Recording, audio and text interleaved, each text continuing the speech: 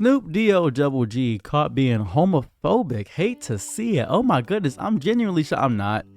DaBaby, Boosie, ASAP Rocky, Cameron, 50 Cent, Ja Rule, DMX, Kanye West, T.I., Lil Wayne, The Game, Ice Cube, even Eminem. All of them, every single rapper, every single older black man. I don't know why I put Eminem in there when I talk about black men. Every single older black man in hip hop is homophobic. I don't know what you even assumed.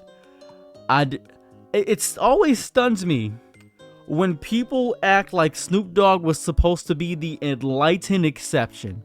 He's supposed to be this soft-soaking progressive in a sea of machismo. The man built an empire off the back of West Coast bravado, pimp aesthetics, and old school masculinity with chronic smoking.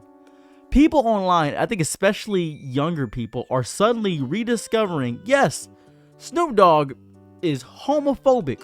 Whoa, what? It's not even new. It's not surprising. It's woven into the fabric of where he's come from hip hop culture. This is what it is. You can't pick the smiling TV chef version of Snoop Dogg and pretend the rest doesn't exist.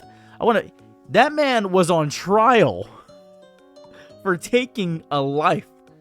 Got away with it. But I mean, like, the same man, you can't have both. He may have been with Martha Stewart, but he was the same man in the 90s talking about that. I think hating gay people was just part of the performance of hip hop. It's not an excuse. I'm not trying to excuse it.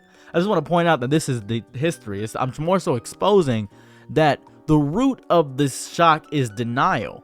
People wanted to believe that their favorites were always better than that. But the truth is, black masculinity was forged in the fire of survival, shaped by racism, poverty, incarceration, and higher policing. Not even just black people, not even just black masculinity in general has always been starkly homophobic because, and this is really important, this is just super specific. I remember somebody said, when you insult somebody, you wouldn't misgender them. Are you stupid? You must be dumb. Every insult has been misgendering.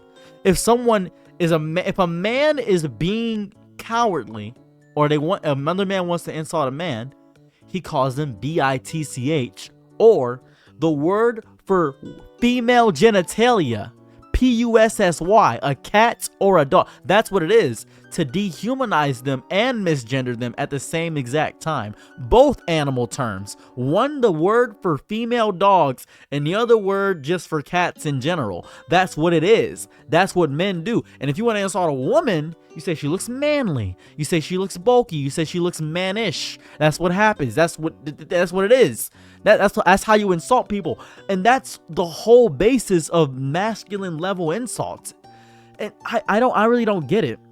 Real men are supposed to be never weak, never soft, never vulnerable, never feminine. You weren't allowed to cry. You weren't allowed to ask for help. And you definitely weren't allowed to be homosexual. It's, oh, you're a little fruity, you're a little bit weird, stay away from me.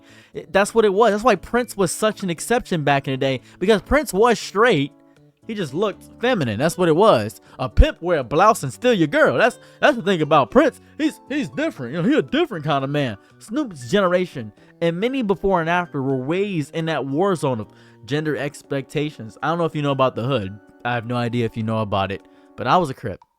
I was a Crip when I was growing up, and they didn't teach you about your feelings. It taught you how to repress, dominate, and max them. That's what it was. And homophobia was an armor. It was what it was. That's why it showed up in lyrics, the skits, the interviews, the jokes. It wasn't just tolerated, it was rewarded. Homophobia fans cheered, labels sold it, radio spun it. That's why it was so funny with Big Mama's House and men dressing like women. It was like, oh, he's so funny, haha. That's why Hollywood called it a humiliation ritual. In order to be big and famous, you had to dress like a girl. You would see this back in the day where a lot of black men were dressing like women. That's the whole thing. That was an entire thing. What's wild is how people pretend like time rewrites history.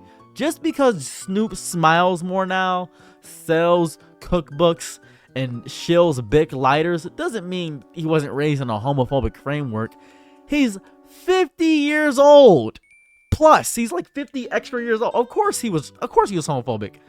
People don't just erase all that conditioning with one Pride Month and one collab with Lil Nas X. That's not how it works. Reprogramming takes work, therapy, accountability, unlearning, and most rappers from that era never went through it.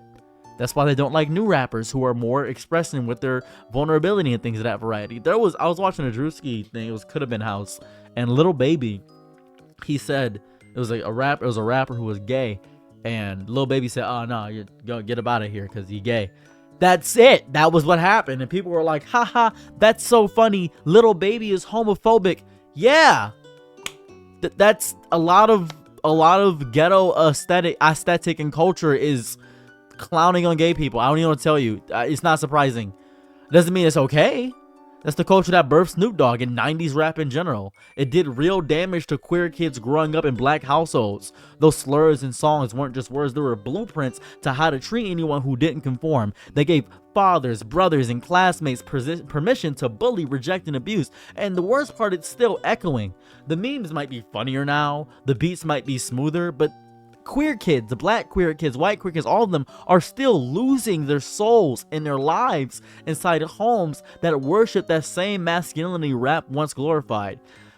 And here goes the fun contradiction here. Black culture is one of the most influential, creative, and resilient forces on the planet, and yet so much of its masculinity is built on erasure, on pretending softness doesn't exist. Oh, I gotta get these women, she gotta get a big butt, I have hundreds of girls, that's what it is, yeah, it's gonna be great. And women have to rap about their no bits. That's how it was. That's why Erykah Badu was such a different spiraling thing. It's so important. It's so important. There was never space to break that cycle, right? There was never space. They became legends because they lived off of this masculine culture. They became legends in a genre that punished vulnerability. And now people act shocked when the mask slips. If you want to actually hold Snoop accountable, which a lot of people refuse to do, don't cancel him. Contextualize him. Point out where he came from. Highlight what needs to change, and stop treating hip-hop like it's a monolith of ignorance. Because there's so many queer voices in rap now. So many young artists challenging the mode, flipping the script, and forcing the genre to grow up. That's the new protest. Not hashtags or outrage threads, but the act of creating in spite of the past. Because the best way to destroy toxic masculinity isn't yelling at its ghost. It's raising new voices that need to learn to wear the mask in the first place. That don't need to wear the mask in the first place. They learn to not wear that mask. That's the important part. I am baffled. I am genuinely baffled by this. It shocks me so much because I don't get it, right? I don't get how you thought for any second that this was going to happen. I just don't get it. I'm shocked. You guys are shocked. I am just absolutely baffled, right? Snoop Dogg was baptized in brimstone. He was baptized in brimstone. That's what he was. Oh, it's so agitating. It's so agitating. It's so agitating. It's all over an interview he said where he didn't want to explain lesbians and how lesbians can have a child. It's crazy to me. It's downright crazy. I'm your nigga night, be my Laurel, happy to try what you need.